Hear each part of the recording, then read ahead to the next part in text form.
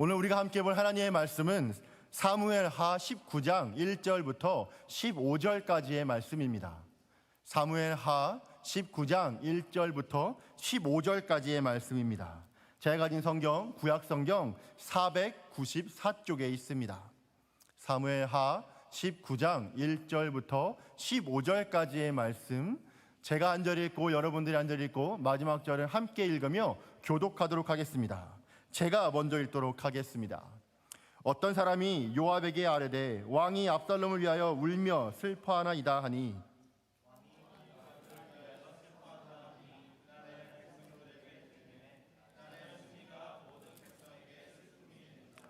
그날의 백성들이 싸움에 쫓겨 부끄러워 도망함 같이 가만히 성읍으로 들어가니라.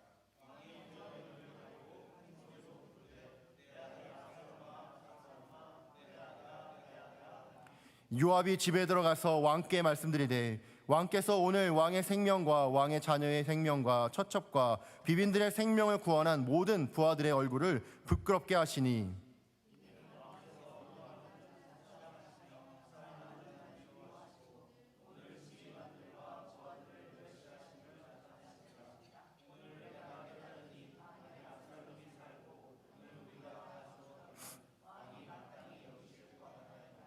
이제 곧 일어나 나가 왕의 부하들의 마음을 위로하여 말씀하옵소서.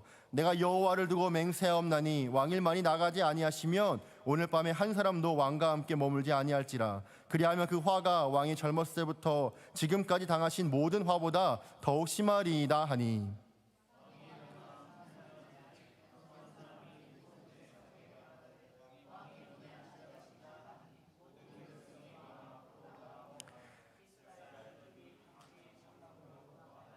이스라엘 모든 지파 백성들이 변론하여 이르되 왕이 우리를 원수의 손에서 구원하여 내셨고 또 우리를 블레셋 사람들의 손에서 구원하셨으나 이제 압살롬을 피하여 그 땅에서 나가셨고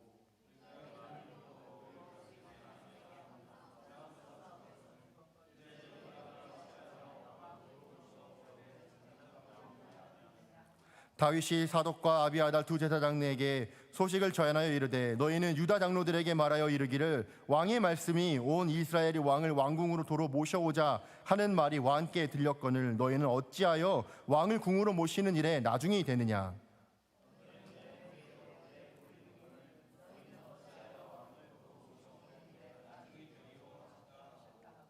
너희는 또 아마사에게 이르기를 너는 내 고륙이 아니냐. 내가 요압을 이어서 항상 내 앞에서 지휘관이 되지 아니하면 하나님이 내게 벌 위에 벌을 내리시기를 바라노라 하셨다 하라 하여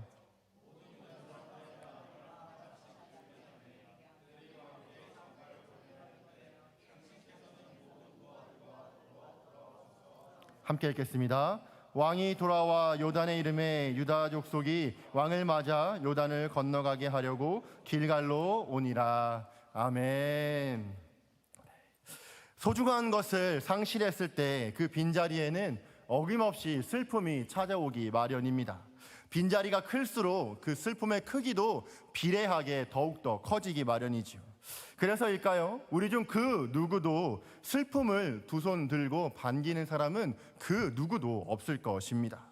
하지만 우리 안에 있는 하나님을 향한 믿음을 우리가 그때 다시 일으키고 주님의 선하심을 인정하며 우리의 마음을 다시 고쳐 잡게 된다면, 그리고 슬픔과 그 상실을 우리가 직면한다면 하나님께서 주시는 또 다른 의미와 목적을 발견할 수 있을 것입니다. 여전히 하나님의 좋으신 섭리 안으로 우리를 부르고 계시다라는 것을 우리는 어느덧 발견할 수 있게 될 것입니다. 오늘 본문에서 다윗은 사랑하는 아들 압살롬이 전사했다라는 소식을 듣고 슬픔에 잠기는 모습을 보게 됩니다. 하지만 그것은 하나님도 그리고 이스라엘 백성들도 원하는 모습은 아니었습니다. 오히려 이번 사건 때문에 두 개로 나뉘어진 마음을, 이스라엘 백성들을 다시 봉합하고 온전히 하나가 되게 하는 그런 사명이 다윗에게 남아져 있었던 것입니다. 오늘 말씀을 통해서 저는 우리 미러키 침례교회가 하나가 되고 연합하기 위하여서 어떤 지혜와 어떤 원리들을 우리가 발견할 수 있을까를 함께 나누어 보고자 합니다. 그래서 저는 여러분들과 함께 분열의 담을 뛰어넘어 연합으로 그리고 화합으로 라는 제목으로 함께 말씀 식탁을 나누고자 합니다. 이제 다윗 왕이 다시 예루살렘으로 귀환할 준비를 하고 있습니다. 그는 아들 압살롬이 일으킨 반란 때문에 큰 고초를 겪게 되었었죠. 급히 도망치는 와중에 여러 사람들에게 멸시와 천대 그리고 저주를 받기도 했고, 전쟁으로 그가 사랑하는 많은 백성들이 전사하기도 했습니다. 하지만 반란군의 군대는 이제 모두 진압되었고 이제 예루살렘으로 다시 돌아갈 일만 남았습니다. 그런데 여기서 한 가지 문제가 발생을 하게 됩니다. 그의 아들인 압살롬이 이번 전쟁에서 전사했다라는 소식을 다윗이 듣게 된 것입니다. 오늘 본문 2절 말씀은 그 상황을 상세히 전달을 합니다. 제가 한번 읽어보도록 하겠습니다. 왕이 그 아들을 위하여 슬퍼한다 함이 그날의 백성들에게 들림에 그날의 승리가 모든 백성에게 슬픔이 된지라. 아멘. 반란을 제압한 것은 분명 기쁜 소식입니다. 하지만 반란군의 수장이었던 이 압살롬이 정말 처참하게 전사해서 돌무더기에 던져져 버렸다는 소식을 전해 듣게 됩니다. 그 어느 부모가 자식이 죽음을 반길 수가 있을까요? 이 소식을 들은 다윗은 너무도 슬퍼합니다. 한두 시간 눈물을 흘린 것이 아니라 애곡하고 애통하면서 통곡을 합니다. 오랫동안 눈물을 흘리면서 애통해하고 있죠. 그 소식을 들은 다윗의 군대는 반란군 진압보다 오히려 압살롬이 죽었다는 사실에 이 다윗 왕이 슬퍼하고 눈물을 흘리고 있는 것에 마음이 착잡해지게 됩니다. 이 다윗의 개인적인 가정사로 본다면 이것보다 슬픈 일이 없을 것입니다. 하지만 이 반란군의 수장이 왕의 아들이었다라는 그 사실 하나로 다윗과 그의 백성들 그리고 그의 군대는 오히려 큰 혼란과 침체에 빠지게 되었던 것입니다. 사실 다윗의 군대는 목숨을 걸고 전쟁에 임했습니다.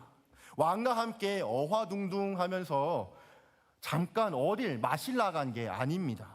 어디 오름직한 뒷동산에 올라서 단풍놀이 가고 구경했던 게 아니죠. 그들은 목숨을 걸고 왕을 위해 싸웠고 승리했습니다. 당당하게 그리고 용맹하게 이제 성 안으로 들어와야 하고 마땅히 환영을 받아야 합니다. 그들을 위한 연회가 베풀어져야 함이 마땅하고 또 훈장을 주어야만 합니다. 하지만 다윗 왕의 군대는 마치 패잔병과 같이 기가 죽어 있었고 서로가 서로의 눈치를 보고 있는 상황이 벌어지게 된 것입니다. 이 왕의 슬픔이 공명이 되어서 백성들에게까지도 그 슬픔이 더 확대가 되었고 이윽고 이 백성들이 기뻐해야 하는 그 상황 안에서도 슬픔으로 변해 버렸던 것입니다. 아들을 잃은 슬픔 때문에 다윗은 공과 사를 구별하지 못하고 있는 것이죠. 이에 요압이 앞장을 섭니다. 그는 우리가 너무도 잘 알다시피 다윗 왕의 친족이기도 했고 군대의 장관이기도 합니다. 그는 그 상황을 정말 그야말로 직진으로 돌파를 해버립니다. 6절 말씀에 보니까 왕이시여 우리가 죽고 당신의 아들인 압살롬이 살았더라면 당신이 기뻐하셨을 것입니까? 라고 말하면서 아주 직격탄을 날립니다.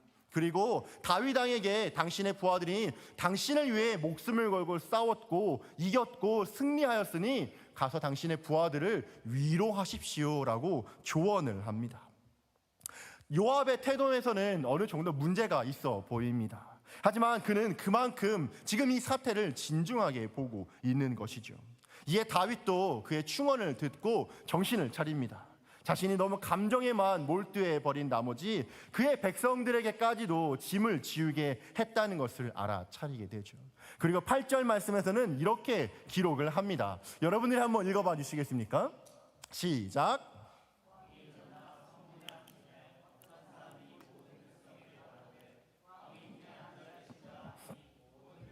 왕 앞으로 나아오니라.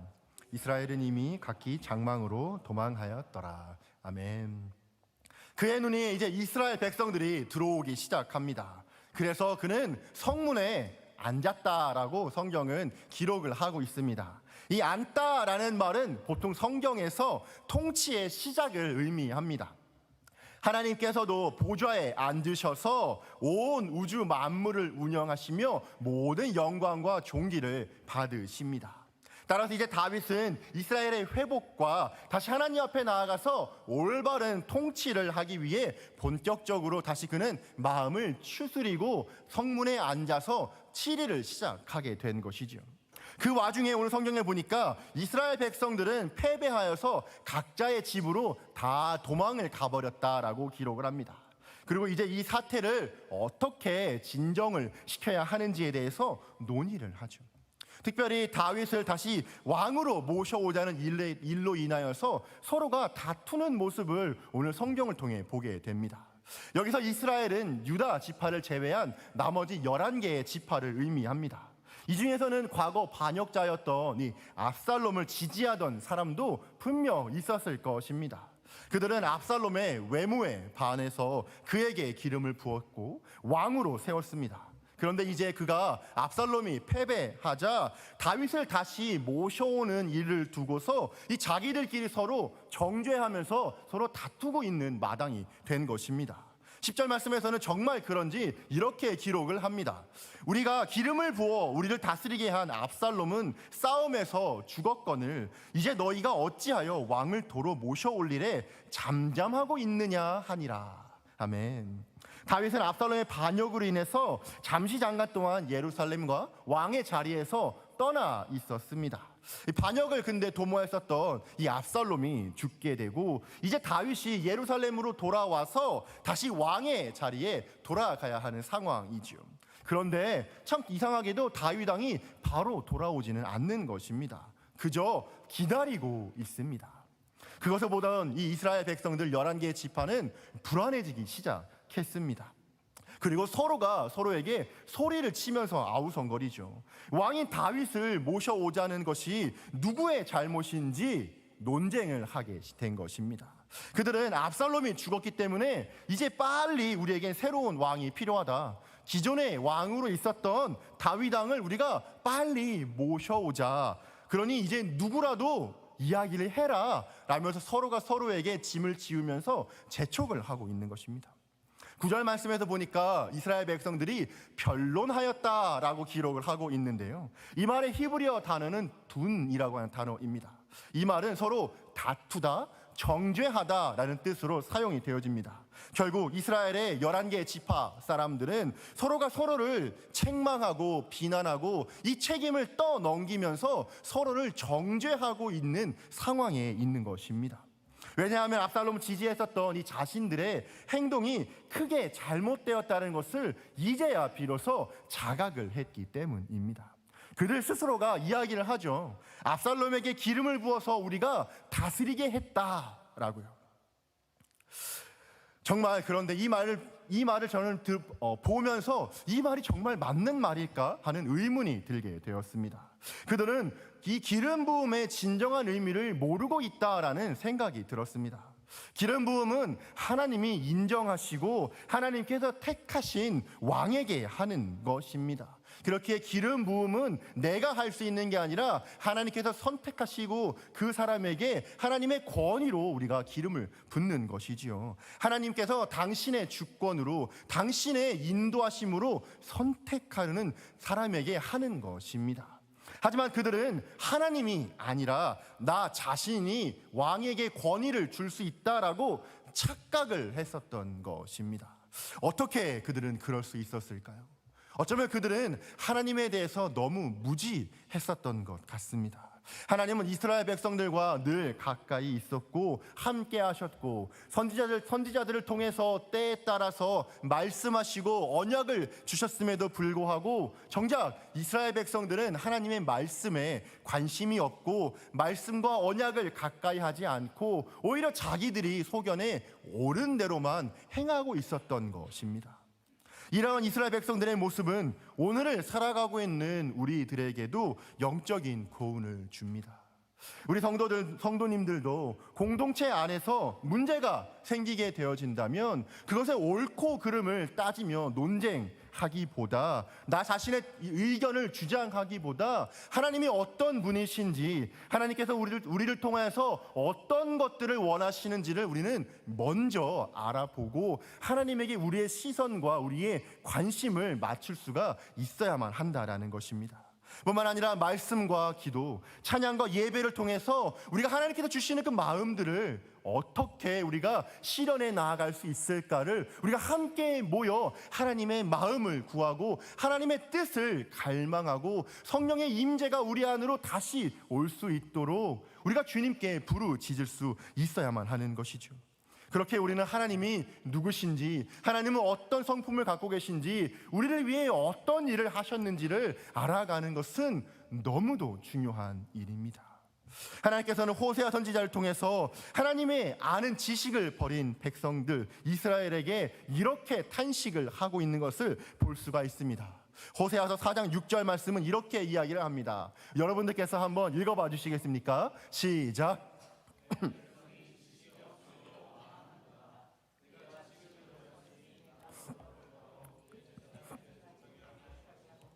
내가 내 하나님의 율법을 잊었으니 나도 내 자녀들을 잊어버리리라. 아멘.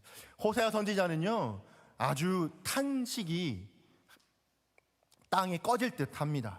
마음이 먹먹하고 가슴이 무너져 내립니다. 하나님의 거룩한 백성이었던 이스라엘이 하나님의 심판을 받고 나라가 무너져 내리고 위태하게 되고 결국 멸망하게 될 것이 오늘 성경 말씀에 보듯이 하나님을 알지 못하였기 때문이라는 것, 하나님에 대한 무지함 때문이었다는 사실에 호세아 선지자의 마음은 무너져 내리고 있습니다. 그래서 호세아 선지자는 이스라엘 백성들을 향해서 계속해서 외칩니다. 그러므로 우리가 여호와를 알자, 힘써 여호와를 알자, 그의 나타나심을 새벽빛같이 어김이 없나니. 아멘. 우리가 하나님을 알아가는 삶을 살아가자고 호세아는 그렇게 이스라엘 백성들을 향해서 소리 지르며 부르짖고 있는 것입니다. 네, 그렇습니다. 우리도 하나님을 알아갈 수 있습니다. 아니요, 우리는 하나님이 어떤 분이신지 우리는 알아가는 삶을 살아가야만 합니다. 이것은 성경이 우리에게 직접 명확하게 전달해주고 있는 진리입니다. 하나님께서는 그분을, 자신을 우리에게 드러내시기를 기뻐하십니다. 위대한 종교개혁자인 존 칼빈은 이것을 숨겨진 하나님, 히든 갓이라는 말로 설명을 했었습니다. 하나님은 늘 이 커튼 뒤에 하나님 숨어 계십니다. 그리고 하나님께서는 때가 되면 주님의 때에 이 커튼을 거두시고 하나님 자신을 우리에게 계시하시며 당신의 뜻을 우리에게 보여주시지요. 계시라고 하는 이 그리스어 말 아포칼립스 역시도 덮개를 열다 또는 커튼을 벗기다라는 뜻을 가지고 있습니다. 다시 말하자면 하나님께서 자신을 막고 있던 이 커튼을 거치시면은 우리 하나님께서 자기 자신을 우리에게 계시하시고 우리에게 주님의 뜻을 알려주신다라는 것입니다. 뿐만 아니라 호세아 선지자가 말을 하고 있는 알다라는 뜻은 히브리어로 야다라는 뜻입니다. 이 말은 단순한 지식만을 의미하는 것은 아닙니다. 이 지식을 포함한 경험적인 알을 나타내는 말이 바로 이 야다라는 뜻입니다. 그래서 힘써 여호와를 안다라는 말의 의미는 내가 가지고 있었던 하나님에 대한 편견, 내가 가지고 있었던 하나님에 대한 제한들을 이제는 벗어버리고 하나님에 대한 지식을 내가 전 인격을 통하여서 하나님을 알아간다는 것입니다. 내 안에 만들어 놓고 있었던 그 하나님에 대한 이해를 이제는 내려놓고 정말 성경이 무엇을 말하는가, 하나님의 말씀이 주님의 진리의 빛이 나에게 어떤 것들을 말하고 있는가를 알아가는 것이지요. 그래서 이제는 돌이켜 하나님께로 향하고 주님의 얼굴을 구하며 하나님, 주님의 뜻을 나에게 알려주십시오. 당신이 어떤 분이신지 나에게 계시하여 주십시오. 나에게 말씀하여 주십시오라고 겸손하게 구하는 삶을 살아가는 것입니다. 그래서 그 안에서 하나님 우리가 놀랍게 경험하고 하나님의 그 구원의 경륜 가운데로 우리가 깊게 들어가면서 하나님이 어떠한 분이신지를 우리가 알아 나아가는 것이죠. 그것은 하나님을 사랑하고 하나님의 말씀을 듣고 순종하는 열정, 의지, 우리의 지식, 감정을 모든 것을 포함한 전 인격적인 삶이 성경은 우리에게 요구하고 있다라는 것입니다. 힘써서 여호와를 알고 이 섬기는 일에 온 마음과 온 성품과 우리의 온 힘을 다해서 쫓아가는 삶을 살아갈 수 있어야 한다고 오늘 성경은 우리에게 이야기를 해주고 있는 것입니다. 그런데요, 오늘 본문 속에 나타난 이 이스라엘 백성들은 하나님에 대해 전혀 무지했습니다. 그래서 올바른 하나님의 뜻을 이루지 못하였죠. 우리도 마찬가지입니다. 우리가 하나님에 대해 무지한다면, 우리가 하나님이 어떤 분이신지, 날 위해 어떤 것을 하셨는지, 그분의 성품이 무엇인지를 우리가 알지 못한다면 우리는 하나님 안에서 올바른 결정을 내리기가 어렵습니다. 저는 우리 성도님들이 그렇기에 하나님을 더 알아가는 여러 모임들에 많이 참석해 주셨으면 좋겠습니다. 수요 예배, 주일 예배, 새벽 예배, 그리고 또 하나님을 더 알아가는 성경 공부 모임, 기도 모임, 또 많은 소그룹들이 많아지고 하나님께 예배하며 주님의 이름을 찬양하고 우리가 더욱더 하나님의 뜻이 무엇인지를 알아가는 그런 모임들이 많아지기를 저는 소망합니다. 더욱이 우리가 힘을 내어서 성경을 읽고 묵상해서 그 안에 담긴 하나님의 뜻과 주님께서 우리를 향하신 그 섭리를 알아간다면 그것은 너무도 우리에게는 큰 기쁨이 될 것입니다. 사랑하는 여러분, 우리는 힘을 다해 주님을 예배해야 합니다. 힘을 다해 주님을 기도해야 하며 우리가 있는 힘과 뜻을 다해 하나님을 알아가는 삶을 우리는 살아갈 수 있어야만 합니다. 그때 진리의 영이신 성령 하나님께서 우리의 마음 가운데에 주님의 그 빛을 비춰주시고 하나님이 어떤 분이신지 진리가 무엇인지 우리를 알려주시게 될 것입니다. 사도행전 24장 25절에 보면은요, 이 바울이 벨릭스라고 하는 총독에게 나아가서 성경을 펼치고 성경이 무엇인지에 대해 가르치는데요, 세 가지를 요약해서 가르쳐 줍니다. 의와 절제와 장차 오는 심판에 대해서 벨릭스에게 강론했다라고 이야기를 합니다. 그랬더니 벨릭스가 그 말을 듣고 하나님을 향한 두려움과 떨리는 마음으로 가득하게 되었다고 성경은 이야기를 합니다. 우리도 그랬으면 좋겠습니다. 우리가 성경을 읽고 그 말씀들이 우리 안에서 이해되기 시작하고 하나님을 알아가기 시작할 때 하나님을 향한 그 두려움, 떨림, 그 주님을 향한 그 놀라움이 우리의 삶을 가득 채우고 하나님을 향한 경외의 마음들이 늘 충만하게 샘솟는 그런 우리 믿음의 성도님들이 되시기를 진심으로 축복합니다. 뿐만이 아닙니다. 하나님께 무지했었던 이 이스라엘 백성들은 어떤 선택을 했던 사람들인가요? 다윗 왕을 버리고 압살롬을 선택했었던 사람들입니다. 다윗을 반역했던 사람들이고 다윗 왕을 저주했었던 사람입니다. 그런데 자신들의 상황이 위험해지고 어쩌면 반역죄로 죽임을 당할 수 있는 그 위험에 처해지게 되자 바로 마음을 바꾸어서 이제는 다윗 왕의 환심을 사기를 원하고 다윗 왕을 어떻게든 불러오려고 하는 그런 모습을 우리는 보게 됩니다. 성경은요, 이 죄성을 가진 인간의 마음이 얼마나 악하고 무서운 것인지 아주 덤덤하게 그리고 냉정하게 보여주고 있지요.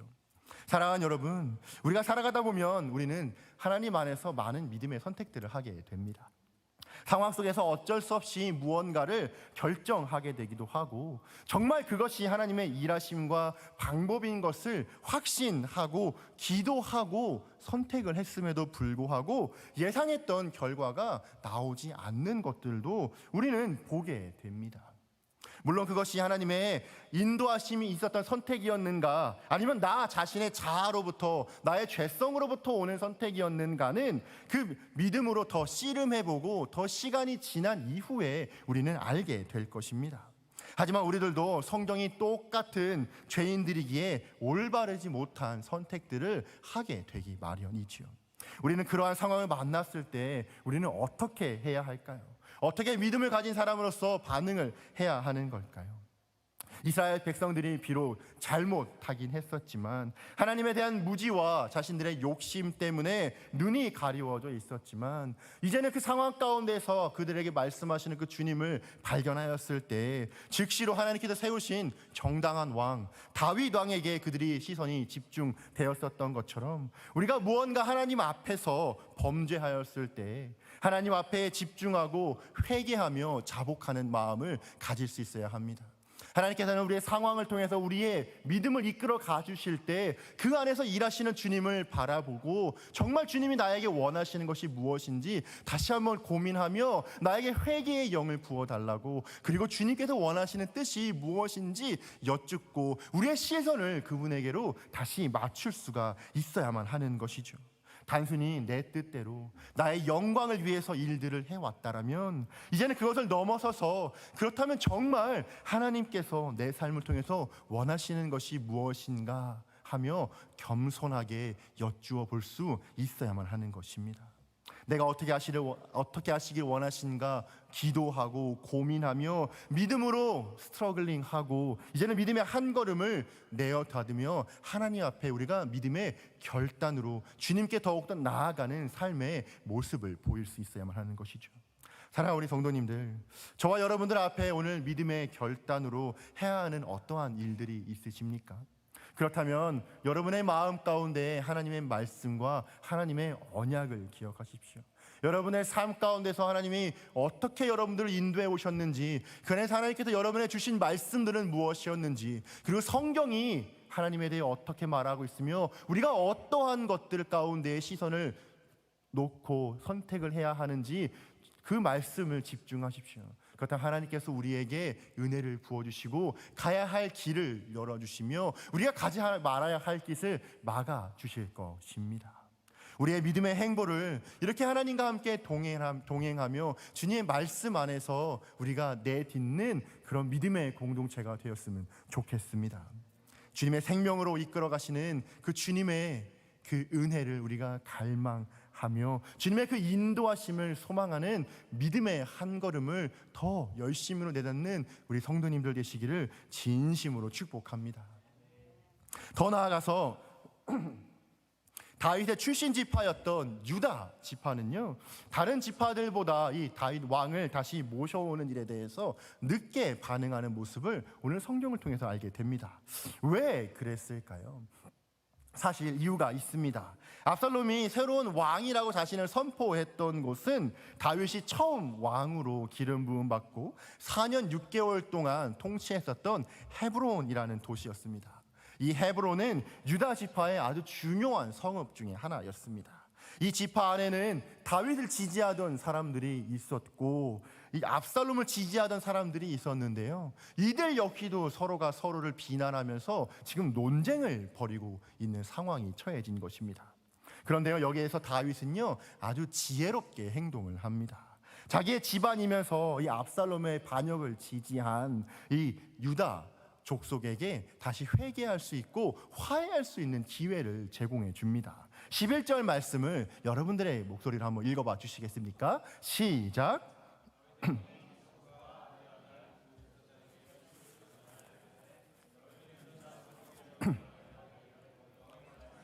온 이스라엘이 왕을 왕궁으로 도로 모셔오자 하는 말이 왕께 들렸거늘 너희는 어찌하여 왕을 궁으로 모셔오는 일에 나중이 되느냐. 아멘.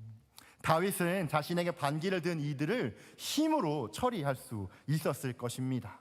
그는 왕으로서의 이제 권위와 군대를 회복하였기 때문입니다. 그런데요, 오늘 본문을 보니까 전혀 다르게 그가 가진 힘을 사용하는 것을 우리가 보게 됩니다.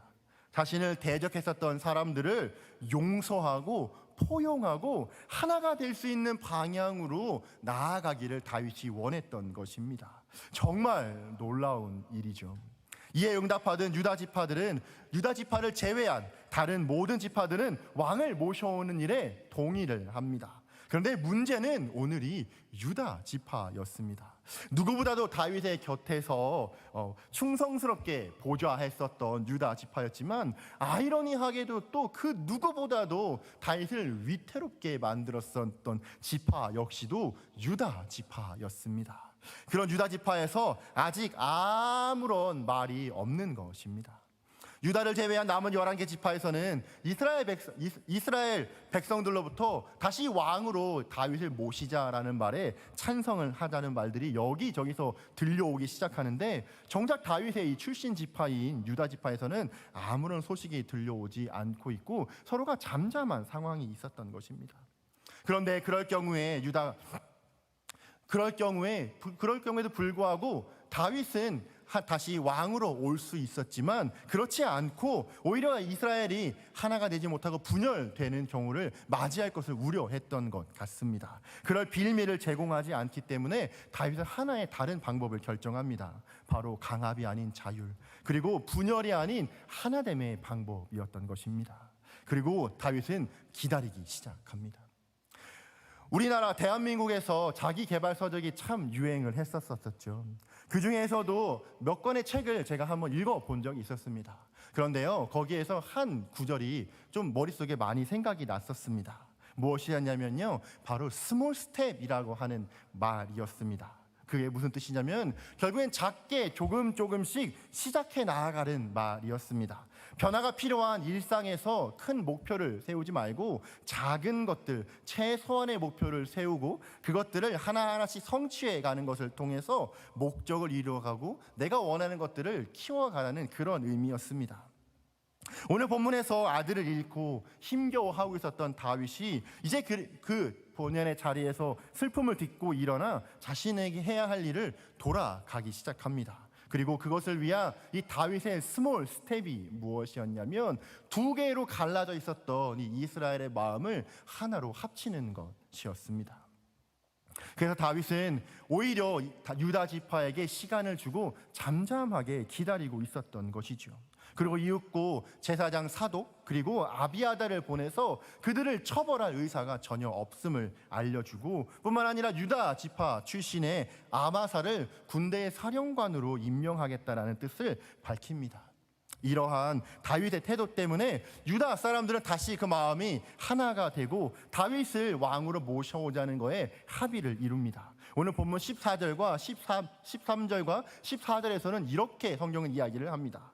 너희는 또 아마사에게 이르기를 너는 내 고륙이 아니냐, 내가 요압에 이어서 항상 내 앞에서 지휘관이 되지 아니하면 하나님이 내게 벌 위에 벌 내리시기를 바라노라 하셨다 하라 하여 모든 유다 사람들의 마음을 하나같이 기울게 하매 그들이 왕께 전가를 보내어 이르되 당신께서는 모든 부하들과 더불어 돌아오소서 한지라. 아멘. 아마사는요 그냥 인물이 아닙니다. 그는 반역자였고 다윗 왕을 저주했던 인물이었습니다. 그런데도요 다윗은 이 아마사를 품기로 결정을 합니다. 심지어 아마사 한 명만 품고 받아들인 것이 아니라 방금 읽은 14절 말씀처럼 유다에 있는 전 지역의 백성들을 품고 하나의 마음으로 연합시켰다고 성경은 이야기를 합니다. 교회 사역을 하다가 보면은 여러 가지 결과물들을 우리가 내게 됩니다. 그런데 그 모든 결과들이 항상 좋았습니까? 라고 저에게 여쭤보신다면 꼭 그렇지만은 않았다라고 말할 수밖에 없을 것 같습니다. 그렇다면 언제 기쁘셨나요? 라고 저에게 물어본다면 저는 이렇게 대답할 것 같아요. 제가 사역했던 동역자님들 그리고 성도님들 봉사자님들과 함께 한 마음과 한 뜻이 되어서 웃고 즐겁게 사역했을 때요. 그리고 그 과정 속에서 역사하셨던 하나님을 모두가 다 경험하고 은혜와 성령 안에서 우리가 하나 되고 하나님께 감사하며 우리에게 주어진 역할들을 감당했을 때 저는 기뻤습니다 라고 대답을 할 것 같습니다. 우리 사람들은 그런 것 같아요. 처음에는 친하게 지내고 싶어서 친구가 됩니다. 그런데 막상 하나가 되지 못하고 종종 마음이 상하는 모습들을 우리가 보게 됩니다. 단적인 예로 정말 사랑해서 한 남편으로 한 아내로 결혼을 했음에도 불구하고 참 많이 싸우게 되고 그 마음이 하나로 합해지기가 참 쉽지가 않죠. 아주 사소한 것 하나라도 금방 마음이 갈라지게 되기도 합니다. 그런데요, 중요한 것은 그러한 상황 가운데서도 우리가 하나 되는 것을 포기하지 않고 연합되는 것을 소망하며 그 고결한 연합이라는 그 목적을 향해서 우리가 한 마음, 한 뜻, 한 성령, 한 침례, 한 교회 안에서 우리가 마음을 합하여 나아가야 한다라는 것입니다. 자신을 배반한 이 유다 지파를 바라보면서 원수를 갚기보다 온 백성이 하나가 되는 모습에 힘쓰고 있었던 이 다윗의 모습을 보면서 좋은 지도자의 모습 그리고 좋은 성도의 모습 하나님을 경외하는 그리스도인의 모습이 무엇인가에 대해서 다시 한번 저는 배우게 되었습니다. 사실 이스라엘 백성들 모두에게는 하나가 되지 못할 다양한 입장도 있고 다양한 이유도 있었을 것입니다. 그런데 그럼에도 불구하고 서로가 많은 부분을 양보하고 배려함으로써 자신들 앞에 있었던 갈등들을 극복하고 하나가 되기 시작한 것이죠.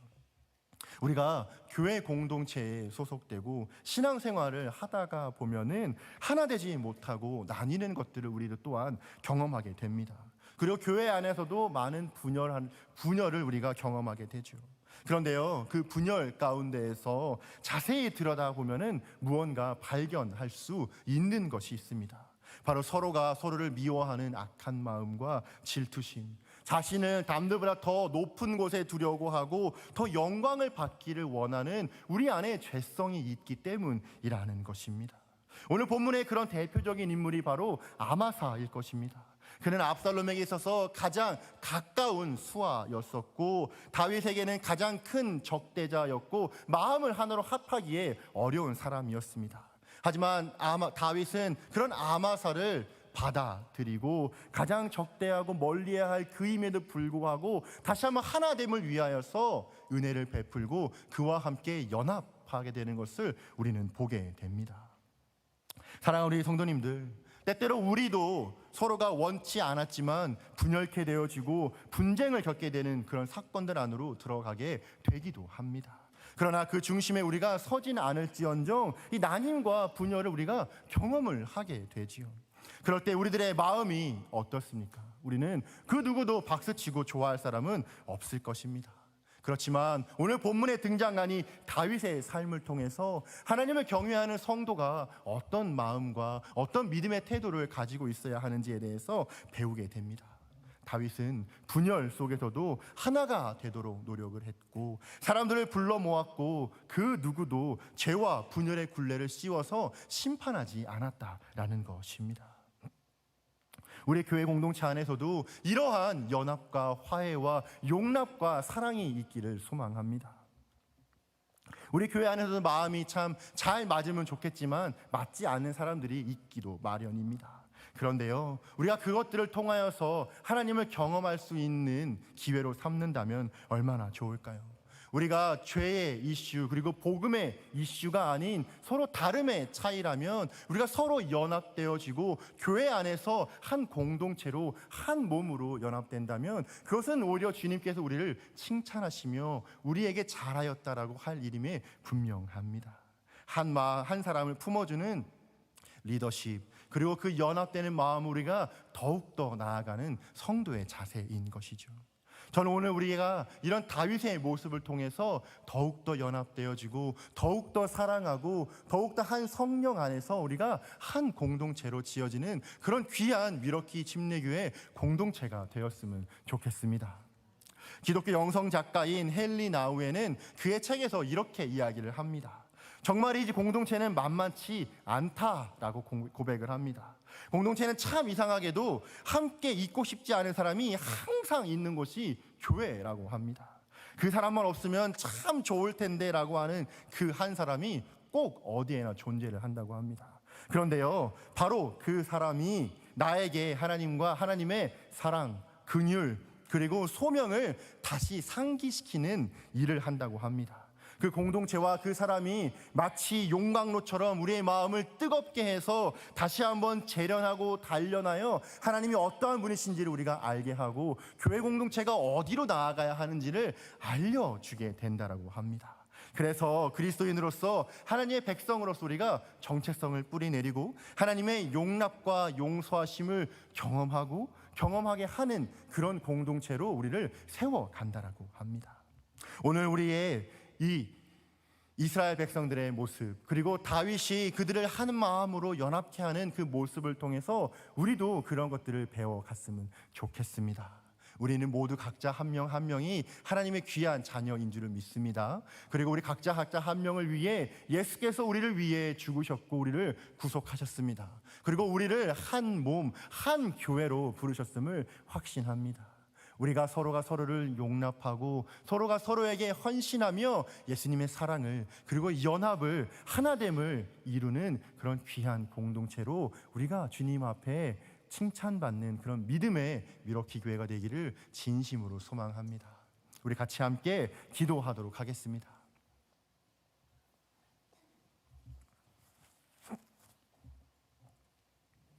하나님께서 우리에게 원하시는 것은 연합인 줄을 믿습니다. 사실 성부, 성자, 성령 이 세 분도 그 깊은 연합과 그 깊은 하나됨을 통하여서 서로 관계하시는 분이십니다. 삼위일체, 세 분이시지만 한 분이신 하나님, 한 분이시지만 세 분이신 주님, 그리고 그 가운데 온전한 연합. 삼위일체이신 하나님께서는 우리 교회 공동체를 부르셨습니다. 우리 교회 공동체를 구속하셨고 우리 교회 공동체를 위해 십자가에서 죽으시고 부활하셨습니다. 그리고 이제는 그 주님께서 우리에게 원하시는 것이 무엇이냐면 단지 구원받고 예수 믿고 천국을 받은 것 그 이상 그 너머에 있는 더 높은 부르심으로 우리를 부르신다는 것입니다. 바로 하나님과 연합인 것이죠. 삼위일체 하나님께서 영원부터 영원까지 누리시는 그 교제처럼 우리가 성도와 성도로서 성도와 하나님으로서 우리가 서로 연합케 되어지고 한 마음을 품는 것이 하나님께서 원하시는 것인 줄 믿습니다. 다윗은 그것을 알았던 것 같아요. 자기 자신을 향해서 칼을 들었던 사람, 자신을 죽이려고 했던 사람조차도 이제는 하나님을 경외하는 마음으로 하나님으로 연합되어지고 받아들여지는 모습을 보게 됩니다. 우리가 이 시간에 이렇게 한번 기도했으면 좋겠습니다. 하나님, 내가 주님 앞에 회개하길 원합니다. 내가 어느 순간부터 내가 마음을 높은 곳에 두었고 어느 순간부터 내가 하나님의 모습을, 하나님의 그 사랑을 묵상하지 못했고 다른 사람을 보았다는 것을 회개합니다. 그리고 내가 내 마음을 높은 곳에 두었던 것을 주님 용서를 구합니다. 하나님, 이제 나에게 겸손하게 하여 주시고 내가 나의 마음을 주님으로 인해서 비우게 하여 주셔서 나에게 하나님의 영을 주시고 연합케 되어지는 마음을 주셔서 내가 교회 안에 그렇게 모퉁이 돌로 내가 주님께 헌신하고 교회를 위해 헌신하고 비우는 사람으로 그런 그리스도는 나를 세워주시옵소서라고 우리가 같이 함께 기도했으면 좋겠습니다. 기도하겠습니다.